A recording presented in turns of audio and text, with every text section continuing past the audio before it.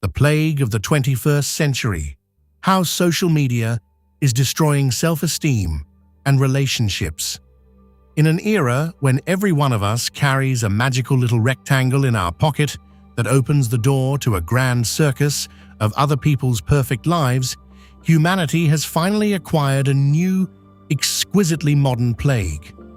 More insidious than the Black Death, and far more democratic, it doesn't attack the body, it quietly devours the soul. And we sign up willingly.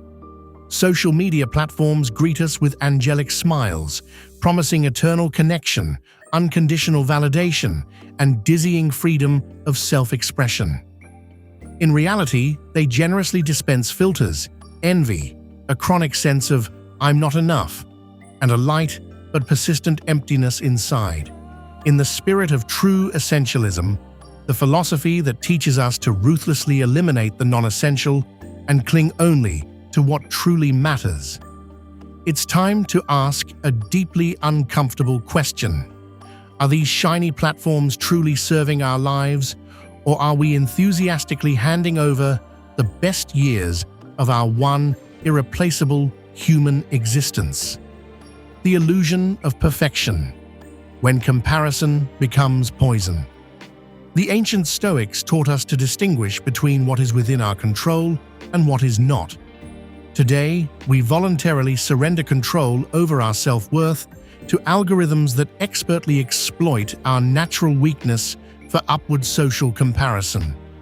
We don't see reality, we see a meticulously staged performance. Flawless bodies after filters, luxury trips bought on credit, smiles that conceal loneliness. The human brain, evolved for survival in small tribes, now compares us daily to thousands of best versions of other people. The outcome is as predictable as it is tragic.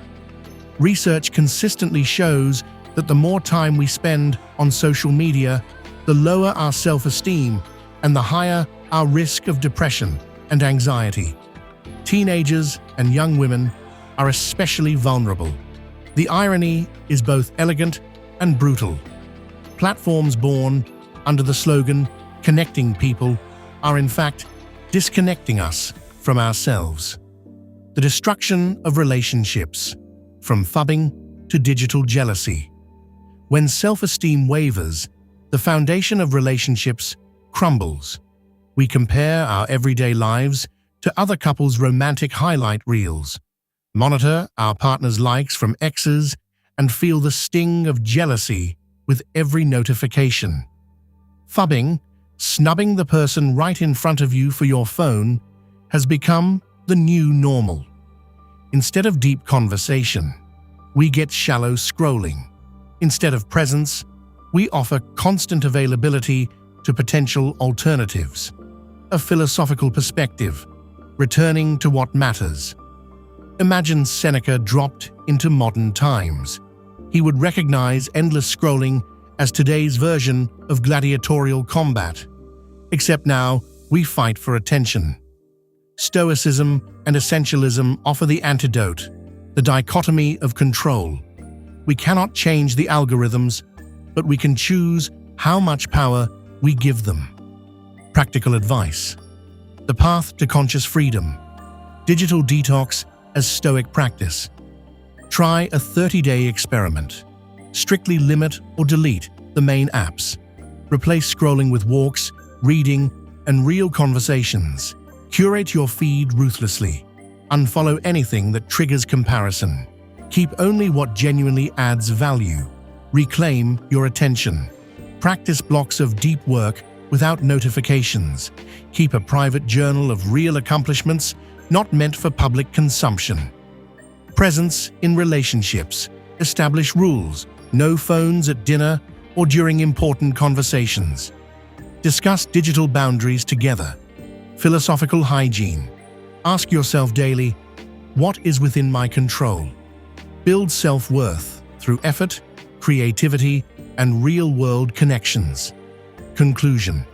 Social media is not evil in itself. It is merely a mirror of our weaknesses. But a plague becomes a plague when we stop controlling it. Essentialism and Stoic wisdom Point us back toward ourselves, toward genuine connection, and toward a life lived deeply rather than endlessly scrolled. Eliminate the non-essential. Focus on what matters. Only then does this modern plague have a chance of receding, making room for something far more valuable, an authentic, meaningful human life.